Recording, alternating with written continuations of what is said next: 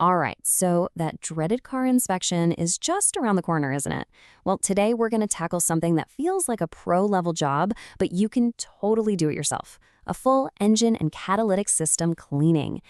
This could be the thing that saves you a ton of time, a bunch of money, and all that stress from a failed inspection. So let's dive right in. Yeah? You see that date on the calendar, and it's like a ticking clock, right? It's the moment of truth for your car. Everything has to be in perfect running order. But man, the thought of taking it to a specialized shop, that can be a real drain on your time, and let's be honest, your wallet too. But what if I told you that you can actually get your car inspection ready all by yourself? That's exactly what we're going to explore today, using the MANNOL 921 Catalytic System Cleaner. And check this out. Our case study for this is a Toyota Fortuner 2.7.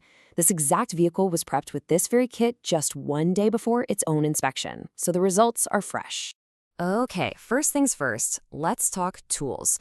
We're going to open up this box and see what we're working with because, trust me, knowing what each little piece does is absolutely key to getting this job done right. So when you open it up, you're going to see a setup that honestly looks a lot like a medical IV drip. It's kind of cool. You've got the bag itself for the cleaning fluid, the main hose, a pretty thick plastic needle, that's for puncturing the bag, and a skinny little metal needle that's going to go right into your car's air intake. There's also a bypass valve in there to get the liquid flowing, and maybe the most important part for control, the obturator. Think of it as a flow controller that lets you dial in the perfect drip. All right, now that we know all the players in the kit, let's get down to business, the application. I'm going to walk you through this step by step, and I think you'll be surprised at how straightforward this actually is. You know what they say, preparation is everything, and it's totally true here. So, step one, you need to hang that IV bag up high, somewhere above the engine. Using the open hood of your car works perfectly. This lets gravity do all the work for you. Next, stretch that hose out all the way and find your target. You're looking for that main rubber air intake hose. The big tube that runs from the air filter box straight to the engine's throttle body. And now for the main event. Go ahead and start the car. Now this is a two-person job, so you'll need a helper to keep the engine revving between 1,000 and 1,200 RPM. This part is really, really crucial. While they're doing that, you're going to carefully insert that thin metal needle into the rubber hose. Then, grab that little obturator wheel and adjust the flow until you get about 6 drops per second. That's the magic number. From there, you just let it run. The whole process should take about 30 to 35 minutes for that bag to empty out completely. Okay, hold on. Before you run out and get started, let's talk about a few absolutely crucial tips that come from, let's just say, experience. These are the kinds of things that will help you avoid some really common and super frustrating mistakes.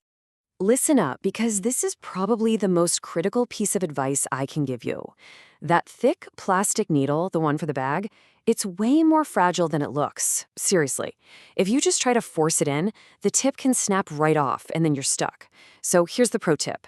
Grab a thin Phillips screwdriver and gently, and I mean gently, create a little pilot hole in the bag's port first. This way, the needle just slides in smooth as butter with zero risk of breaking. Another big thing, you've got to know your vehicle. Not all cars are the same. For example, some cars, like a Peugeot 206, have these hard plastic intake ducts. The last thing you want to do is try and poke a hole in that. No way. Instead, you need to find a smaller, softer rubber vacuum hose that goes into the intake manifold and use that as your entry point. Oh, and just a reminder, this is not a set-and-forget-it kind of job. Someone has to be in that driver's seat, keeping those RPMs steady for the full half hours. Okay, so you've put in the time, you've done the work. What's the payoff? What did all that actually accomplish deep inside your engine? Let's talk about the results. So this isn't just some light surface cleaning. We're talking about a deep clean. That fluid works its way through the entire intake system. It's cleaning the valve seats, the very top surface of the pistons, and here's the big one, the catalytic converter. And by getting rid of all that built-up gunk, you're not just trying to pass an emissions test. You're actually extending the life of one of the most expensive parts on your entire car. That's a huge win. So, what was the final result for our Toyota Fortuner? Well, first off, it passed the inspection no problem. But here's the cool part. The owner actually sent a photo of his car's exhaust pipe afterward. It was so unbelievably clean that he said it looked like the car had just rolled off the dealership lot. Now that is a result you can actually see. So there you have it. It's pretty amazing, right?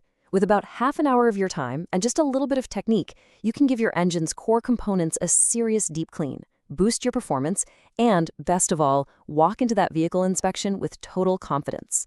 So, the only question left is, Are you ready to give your engine that like-new feeling?